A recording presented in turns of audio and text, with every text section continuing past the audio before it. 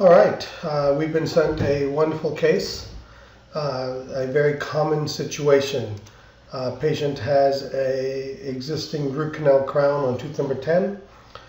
My assumption is, just like with many of these cases, especially on laterals, there's not a lot of tooth. The post or the root canal has failed, there's been recurrent decay, there's not a lot of tooth structure left. The patient usually walks in with it in their hand, hoping you can patch them back together again temporarily. And in the case, we all know that the best solution here is going to be a dental implant. So this case has been submitted with an existing plan. So let's go ahead and take a closer look. So the first thing I'm going to look at when doing these cases is what is our ideal implant size. So typically, and not always, but typically on lateral incisors, I'm looking to usually have to place a narrow platform, 3.5 millimeter implant, and I like to get at least a 13 millimeter length implant in there. So, so the first thing I notice is that we plan a 4.3 by 18. That doesn't mean it's not possible. It just means that it's a little unusual. So we want to take a closer look at that to make sure that we want that. Now, one of the questions that often comes up is when is wider not better? And so in a case in anterior teeth, we can start thinning out the buccal plate. We can start dealing with resorption issues, maybe some grayness showing through, or the greater risk of perforation or removing too much bone and everything. So there are times where even if we have the space, it may not be the most wise thing to do. And honestly, it looks like in this patient we have good occlusion. Looks like we have pretty, sharp cuspid still there. Not a lot of wear and tear on the teeth, a lot of grinding patterns. So I'd be pretty comfortable with a narrow platform implant if that's what was necessary. I do want to point out something done very well here, and that's our CEREC design.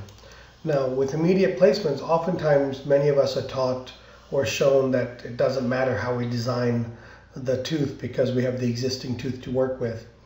But in interiors, I take a different view of that. I prefer to draw my margin the way it was done in this case.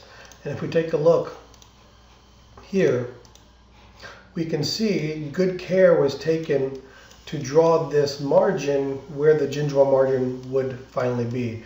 And the software is going to design, yes, a thicker tooth, but it's going to design it on the buccal. It's like a facial veneer, like almost a quote-unquote a lumineer, a no-prep veneer would go on top of here. But what this does, it allows us to cleanly and clearly visualize in the software where the margin is going to be, so we can have a good idea of where to place our implant from that. So, I just wanted to point out that that's very well done. So let's keep the plan the way it is, and let's go through everything through our checklist.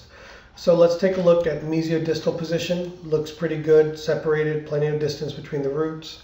Buccolingual position, very good. Plenty of, pretty good amount of space on the buccal, very good space on the palatal. If anything, I would say that, we could have a tendency to be a little bit thicker here. We can fudge a little bit on the palate. Fudging on the buccal is not my ideal situation. So maybe something along the lines of that would be a little bit better. It just gives me a little more room here, and we're still going to be fine on this palatal bone. It's thick, got thick tissue. I'm not so worried about that. Next thing we look for is vital structures. There's a nasal sinus here. We've got plenty of distance. In fact, we're able to put an 18 millimeter long implant in here.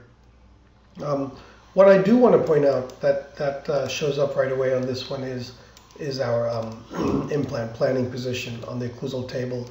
So I'm going to clip this here, and let's take a look. And we can see that we are definitely, if we look right here, we can see that we're definitely on the distal side of this and tilted a little bit to the distal. And we know that the inclination of laterals is a little bit mesially inclined. So more ideally, we probably want to see this implant coming through right here. And the other thing that we notice, and that may not be fixable in this case, is that the implant is coming right through the incisal edge, maybe slightly buccal to the incisal edge. So ideally we would like it to come through the incisal edge or palatal to the incisal edge. So let's take a closer look at that as well. And looking at our axial view, I'm going to go ahead and turn the sleeve off. But looking at our axial view, we can definitely see here that we're more to the distal. So let's go ahead and fix that. So we'll grab the implant and tilt it. So we're going to tilt it to the mesial about right there. So we can definitely see the difference there. So now we can see the implant positioning is a little bit better there. And now if we take a look at the incisal edge position, let's see what going to a 3.5 millimeter implant will allow us to do. One, I think we can safely tilt this backwards here, and then maybe tilt it a little bit more right there. And I think that's going to give us a little bit better positioning overall. So now if we come here and take a look again in our axial view,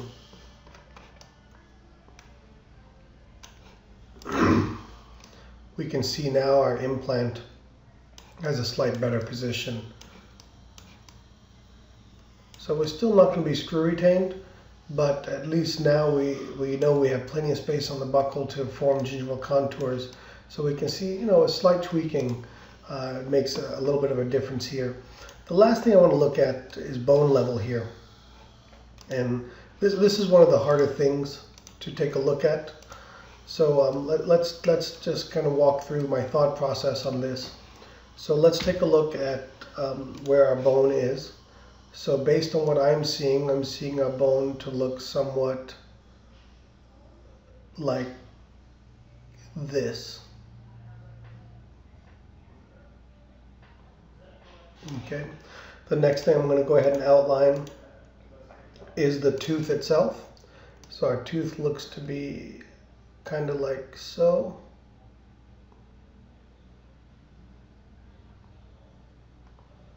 Okay. So this allows us to see clearly we have plenty of apical engagement, so we're going to have good stability. We have a little bit of engagement in the palatal bone, but nothing really here on the buccal. So really in this case we're really relying on the apical engagement. So an 18 millimeter implant may be necessary. I'm going to take a look and see what I think about a 15 millimeter implant, and then take a look in the buccal lingual view so we can evaluate the mesiodistal and see if we're getting engagement on the mesial distal side of the root. But what this does show me right here is right now we're at the level of bone. So one of the things that we do want to do is we know that taking the tooth out, one, if it comes out perfectly, we're going to have about 1 millimeter of bone loss. So I definitely want to go ahead and move this a bit more apical, probably about like so. Okay. And then this is going to give me plenty of room to nicely make sure that we get plenty of distance to do our emergence profile and deal with any issues that may come up.